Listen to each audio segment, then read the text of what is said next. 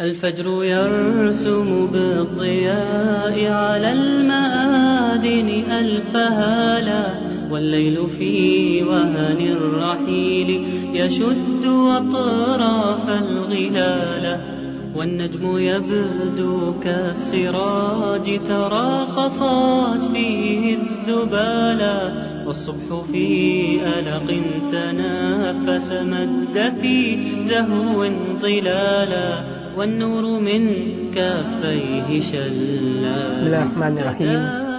الحمد لله رب العالمين، والصلاة والسلام على أشرف الأنبياء والمرسلين نبينا محمد وعلى آله وصحبه أجمعين.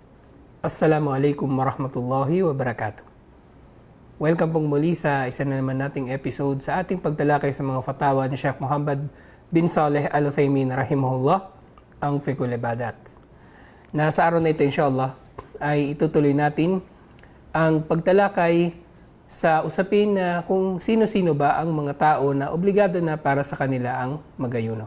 Ano-ano ba ang mga batayan para masabi na ang isang tao ay mayroong obligasyon na mag-ayuno sa buwan ng Ramadan. Na natalakay na natin noong nakaraan ang tinatawag na al-Islam na marapat para sa isang tao na siya ay Muslim para maging obligado para sa kanya ang pag-aayuno. At marapat din na siya ay nasa matinong pag-iisip, na siya ay nagtataglay ng al-aqal, na dahil dito siya ay may matinong pag-iisip at wala siya sa sitwasyon o kalagayan ng pagiging baliw o pagkakaroon ng iba't iba pang mga sakit sa pag-iisip, kaya nagiging obligado para sa kanya ang mag-ayuno. Sa pagkakataong ito, inshallah, ay tatalakayin naman natin ang tinatawag na al-bulug. Ang al-bulug ay ang pagdating ng tao sa hustong edad ng pagbibinata o pagdadalaga, na pagdating niya sa edad na ito ay marapat na para sa kanya ang mag-ayuno. Sinabi ni Sheikh rahimahullah, Ammal wasfu thalith fahuwa al-bulug. Nang ikatlong katangian ng tao na obligado na para sa kanyang mag-ayuno sa buwan ng Ramadan, yung tinatawag na al-bulug.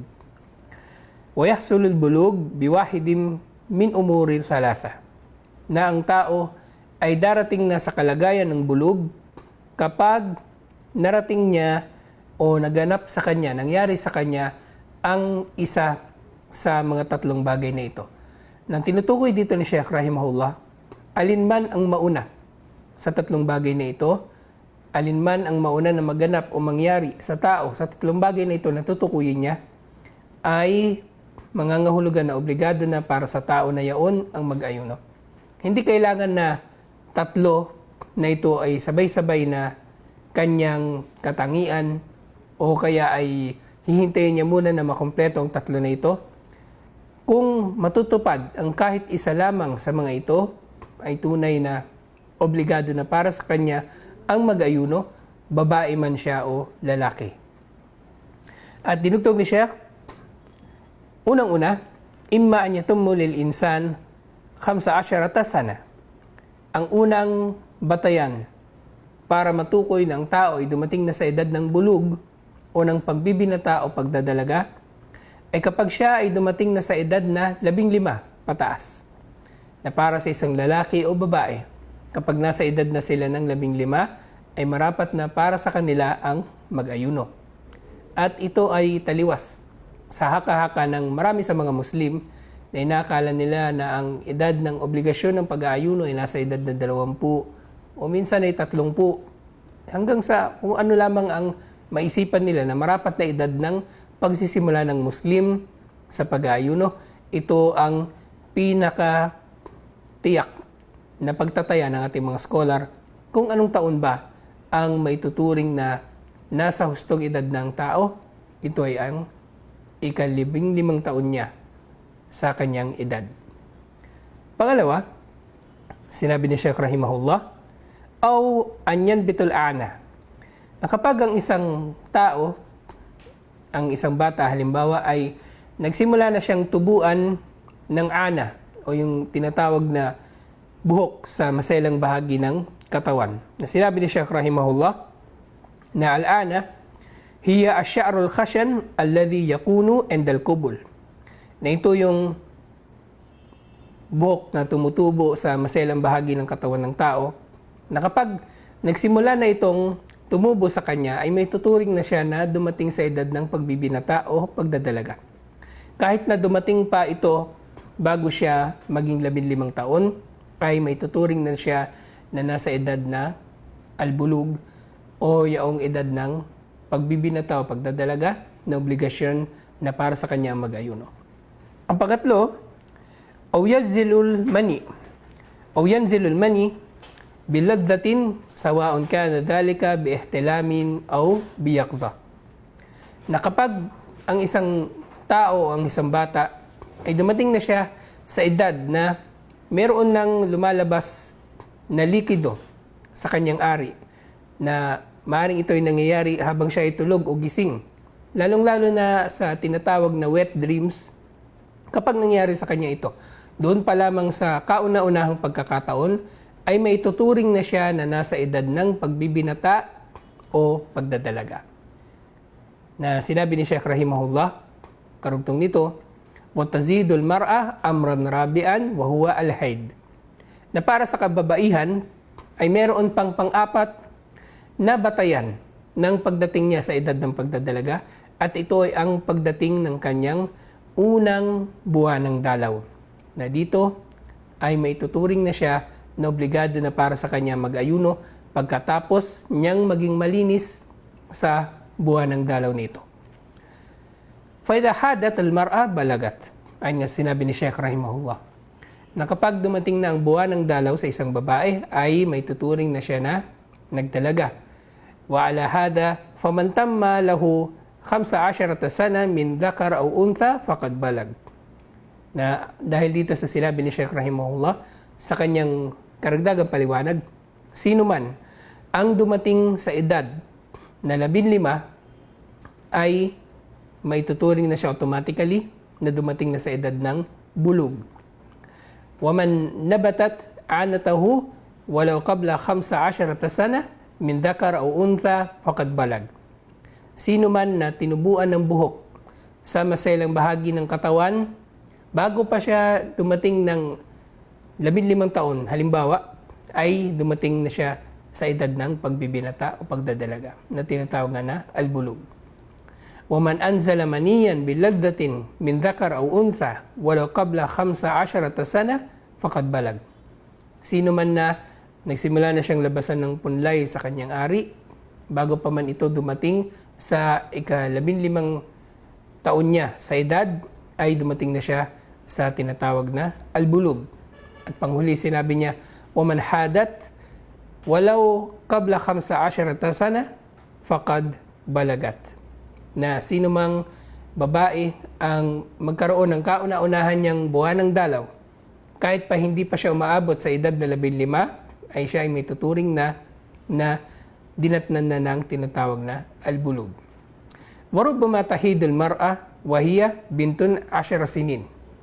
Na dinugtong ni Sheikh rahimahullah, na maaring ang isang babae ay unang magkakaroon ng buwan ng dalaw sa kanyang edad na 10 taon. At katulad sa kalagayan ni Aisha radhiyallahu anha, na siya ay unang nagkaroon ng buwan ng dalaw sa edad na 9 na taon. At maraming mga sitwasyon ang katulad nito, nang marapat para sa mga tao, ayon sa payo ni Sheikh rahimahullah, وَهُنَا يَجِبُ التَّنَبُّهُ لِهَذِهِ الْمَسْأَلَةِ الَّتِي يَغْفَلُ عَنْهَا كَثِيرٌ مِنَ النَّاسِ. At ito ay isang usapin na nais ni Sheikh Al-Uthaymin rahimahullah na bigyan ng pansin, dahil ito ay isang usapin na nababaliwala o kaya ay hindi nalalaman ng napakarami sa mga tao. فَإِنَّ بَعْدَ النِّسَاءِ تَحِيدُ مُبَكِّرًا وَلَا تَدْرِي أَنَّهُ يَلْزِمُهَا الصَّوْمُ وَغَيْرُهُ مِنَ الْعِبَادَاتِ الَّتِي تَتَوَقَّفُ أَوْ الَّتِي يَتَوَقَّفُ وُجُوبُهَا عَلَى الْبُلُوغِ. Na dito, marami sa mga kababaihan daw, ayon sa sinabi ni Sheikh rahimahullah, ang maaring nagkakaroon sila ng buwan ng dalaw sa mas maagang edad, at hindi nila nalalaman na obligado na para sa kanila pala ang pag-aayuno at iba pang mga gawaing pagsamba dahil dito, na inakala nila na nananatili pa rin sila na hindi obligado sa pag-aayuno. Pero ang katotohanan dito ay tumigil na sila sa edad ng pagiging sabi o pagiging bata at dumating na sila sa edad ng pagdadalaga. Kaya marapat na para sa kanila ang mag-ayuno at gumawa ng iba pang mga gawaing pagsamba sa Islam. At sa pagbabalik natin inshallah ay tutuloy natin ang ating pagtalakay sa mga matatawag nating mga katangian ng tao na sa pamagitan ng mga ito ay may tuturing na siya ay obligado na mag-ayuno. At magbabalik tayo matapos ang ilang mga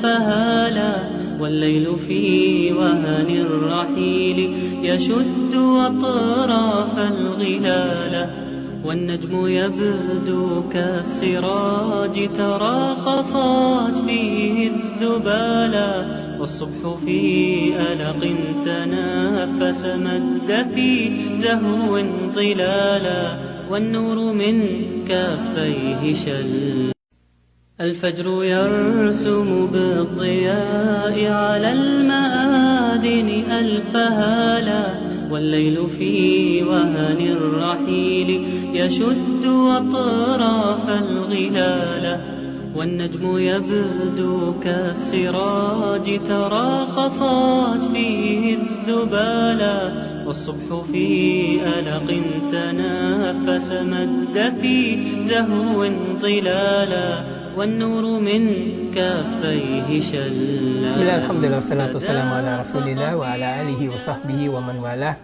Sa pagpatuloy natin sa ating pagtalakay ay natukoy ni Sheikh rahimahullah sa naunang bahagi ng ating pagtalakay ang mga kalagayan ng tao na sa pamagitan nito ay may tuturing na siya na dumating sa edad ng albulug o hustong edad ng pagiging obligado sa kanya ng mga gawaing pagsamba. At huling na talakay natin ang tungkol sa pagdating ng haid sa mga kababaihan na maaring ito ay darating ng mas maaga kaysa sa 15 taon at maaari pa nga na ito ay darating sa edad na 10 o 9 sa ilang mga kababaihan at marapat para sa kanila na maunawaan na sa pagdating ng edad na ito o sa pagdating ng haid na ito ng buwan ng dalaw ay obligado na sa kanila ang lahat ng uri ng gawaing pagsamba para sa mga Muslim. At sa kasamaang palad, katulad ng tinukoy ni Sheikh rahimahullah, marami sa mga tao ang hindi nila ito nababatid, bagkus ay hindi nila ito nalalaman at inakala nila na ang tanging batayan lamang sa pagdating ng tao sa edad ng pagbibinata o pagdadalaga ay ang pagdating niya sa edad na 15. Na sinabi ni Sheikh rahimahullah na yun nga, لأن كثيرا من الناس يظنون أن البلوغ إنما يكون تمام 15 سنة na gusto niya na magbigay ng babala sa mga tao tungkol sa usapin na ito na kapag dumating na ang buwan ng dalaw ng babae ay nagiging balig na siya. Siya ay nasa edad na ng obligasyon na siya ay mag-ayuno at gumawa ng iba pang pagsamba. Dahil marami sa mga tao ang inakala nila ang batayan lamang ay ang edad na 15 taon. Wahada dannun la asla lahu. Ito ay pag-aakala na walang origin o walang batayan dito. Fa idza lam yakun al-insan baligan fa inna as-sawm la yajib alayhi. At kaya din marapat na malaman ng tao na kapag ang tao ay hindi pa dumating sa edad ng pagbibinata o pagdadalaga ay hindi obligado para sa kanila mga gawaing pagsamba, lalong-lalo na sa pinag-uusapan natin ngayon, ang pag-aayuno. Dinugtong ni Sheikh rahimahullah, walakin dhakara ahlul ilm anna al-wali ma'murun bi an ya'mura mawliyahu as-sagir min dhakar aw untha bis-sawmi liya'tadahu hatta yatamarranna alayhi wa yasahhil alayhi idha balag. Subalit, sa kabila ng pagtukoy sa mga edad ng pagiging obligado ng pag-aayuno, pagtukoy sa edad o pagtukoy sa mga pangyayari na kapag naganap na ito sa tao ay may tuturing na siya na balig, sinabi ng mga scholar na mainam para sa mga magulang o para sa mga guardian ng mga bata nasanayin sila na mag-ayuno habang sila ay mga bata pa.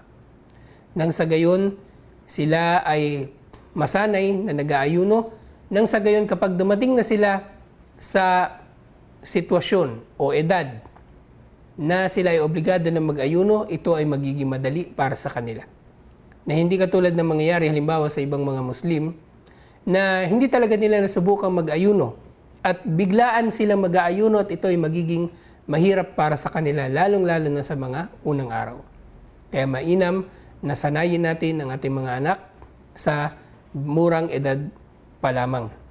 Wahada ma kana sahaba radhiyallahu anhum yaf'aluna.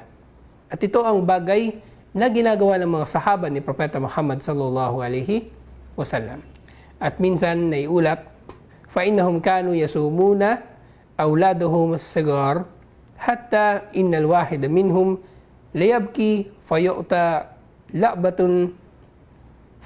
la'batun min al-ahn wa yatalaha biha hatta taghrubu asy-syams.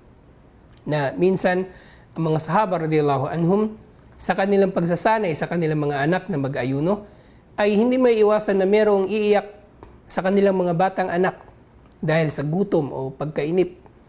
Kaya ang ginagawa nila ay binibigyan na lamang nila ang mga bata ng mga laruan na gawa sa wool o isang uri ng sinulid o tela na maaaring ito ay nasa itsura na isang bola at nilalaro ito ng bata nang sa gayon siya ay malibang hanggang sa dumating ang oras ng Maghrib sa paglubog ng araw.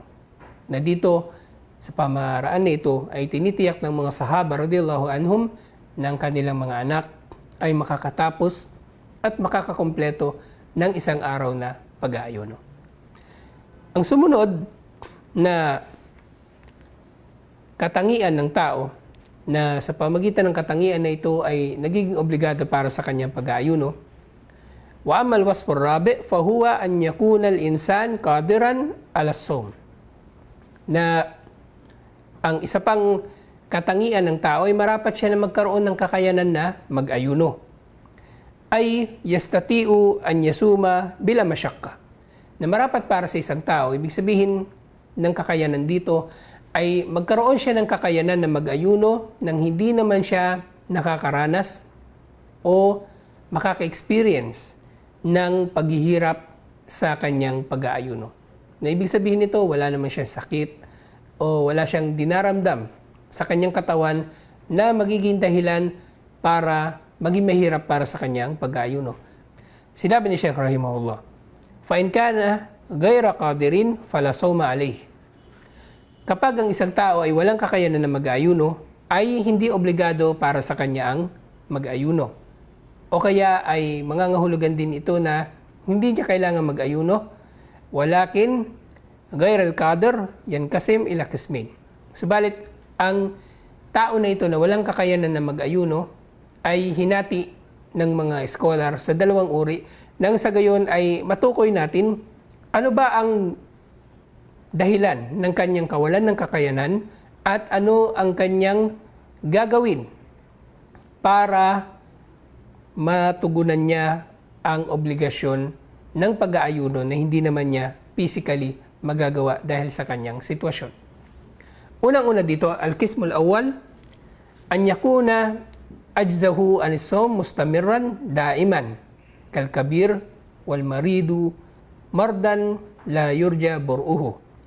Ang unang uri ng mga tao na walang kakayanan sa pag-aayuno ay yaong mga tao na ang kanilang kawalan ng kakayanan ay tuloy-tuloy at palagi. Ibig sabihin, habang panahon na ang kanilang sitwasyon na ganoon, katulad ng mga matatanda at katulad ng mga may sakit na hindi na inaasahan ang kanilang paggaling. Sumunod ay yaong mga tinatawag na al-ajaz alladhi yurja zawalahu. Ang kawalan ng kakayanan na maaring mawala ang kawalan ng kakayanan na ito. Fahuwa al-ajaz at-tari kamaradin hadatha ala al-insan fi ayyamis sawm. Katulad halimbawa ng mga pagkakasakit na dumarating lamang sa tao, halimbawa, o dumating lang sa kanya sa mga panahon na siya ay nag-aayuno, katulad ng lagnat trangkaso, mga pag-atake ng ulcer at iba pa. So ito ay dalawang uri ng kawalan ng kakayanan ng tao at sa pagbabalik natin inshallah ay matatalakay natin kung ano ba ang gagawin ng tao sa mga sitwasyon na ito. At magbabalik tayo matapos ang والليل في وهن الرحيل يشد أطراف الغلال والنجم يبدو كالسراج تراقصت فيه الذبالا والصبح في ألق تنافس مد في زهو ظلالا والنور من كافيه شل الفجر يرسم بالضياء على المآذن ألفهالا والليل في وهن الرحيل يشد أطراف الغلال والنجم يبدو كالسراج تراقصت فيه الذبالا والصبح في ألق تنافس مد في زهو ظلالا والنور من كافيه شلا. بسم الله الحمد لله والصلاة والسلام على رسول الله وعلى آله وصحبه ومن wala. Sa pagpapatuloy natin sa ating pagtalakay ay natukoy natin ang dalawang uri ng mga tao na wala silang kakayanan na mag-ayuno dahil sa kanilang mga physical na sitwasyon sa Ramadan.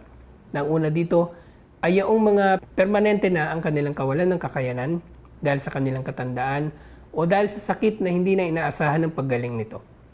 Pangalawa ay yung mga pagkakasakit na nangyari na maaari naman na gumaling katulad ng lagnat at iba pang mga sakit.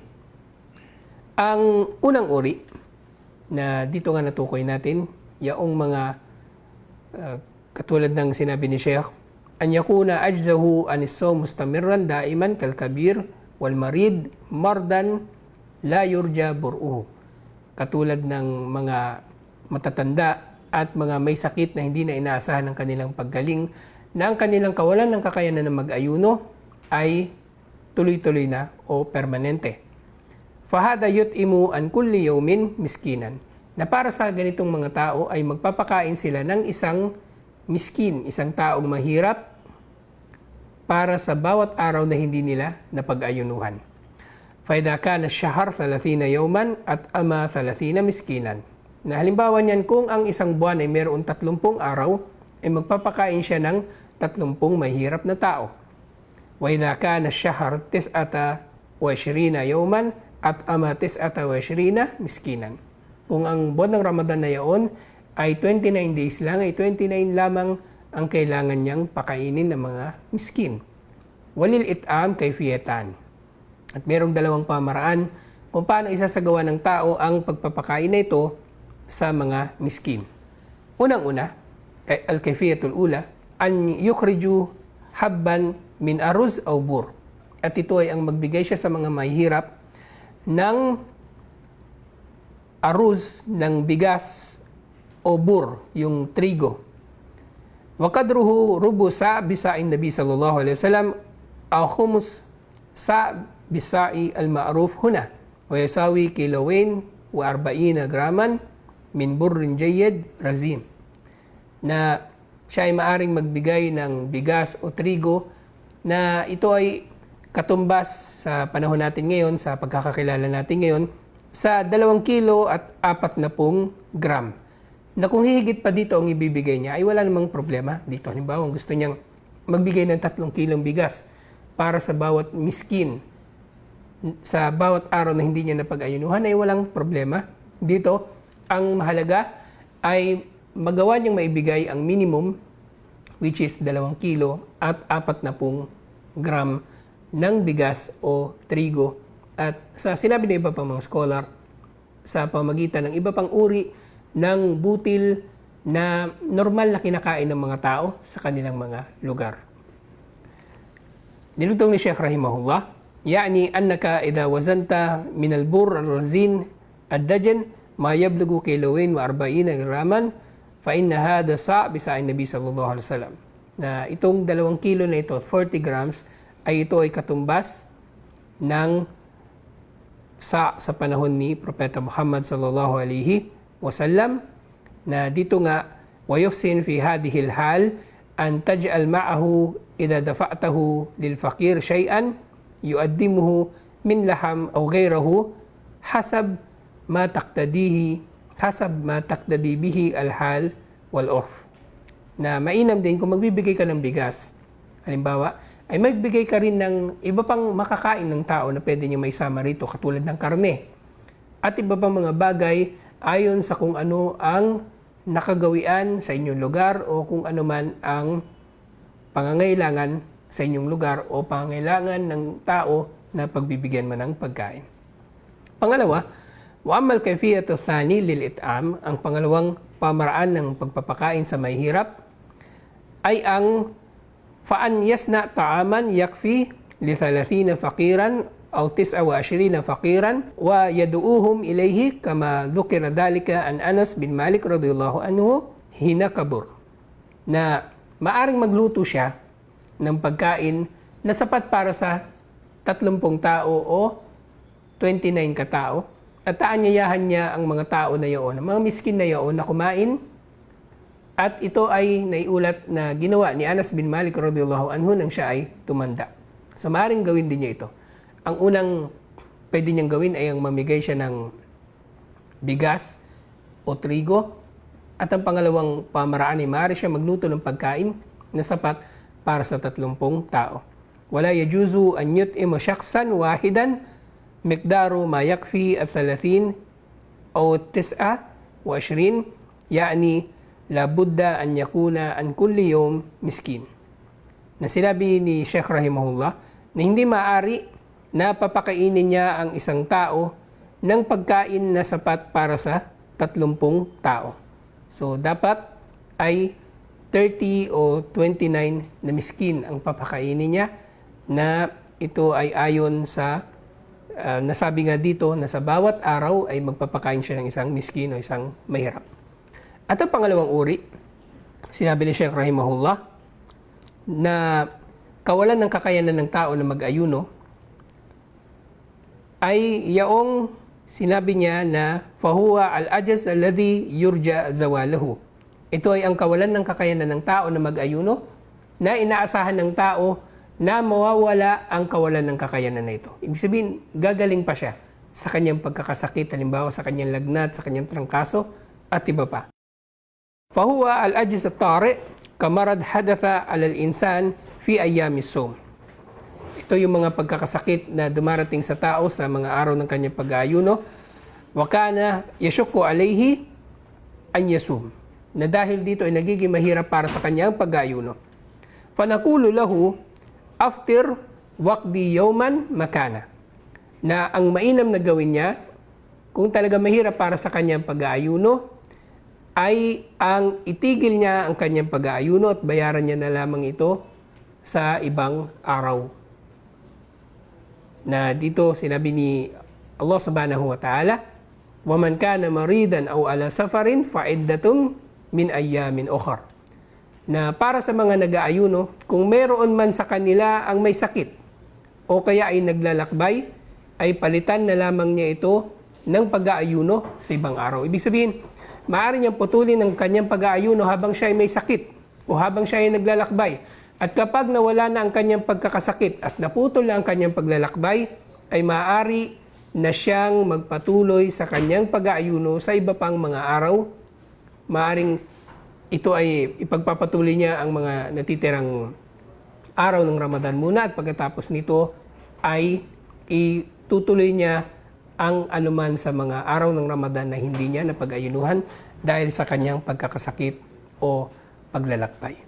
At dito talakay na natin, alhamdulillah, ang tinatawag na al-bulug o ang pagdating sa hustong edad, at gayon din ang kudra o ang kakayanan ng tao na mag-ayuno. At sa susunod nating episode, inshallah, itatalakayin pa natin ang iba pang mga sitwasyon ng tao na sa pamagitan nito ay matutukoy na sila ay kabilang na sa mga obligado ang pag-aayuno para sa kanila. Nagpapasalamat kami sa inyong mahusay na pagsubaybay sa ating programa. Isang magandang araw sa lahat at sa mga kapatid nating Muslim. Wassalamualaikum warahmatullahi wabarakatuh. على المآذن ألف هالا والليل في وهن الرحيل يشد أطراف الغلال والنجم يبدو كالسراج تراقصت فيه الذبالا والصبح في ألق تنافس مد في زهو ظلالا والنور من كافيه شل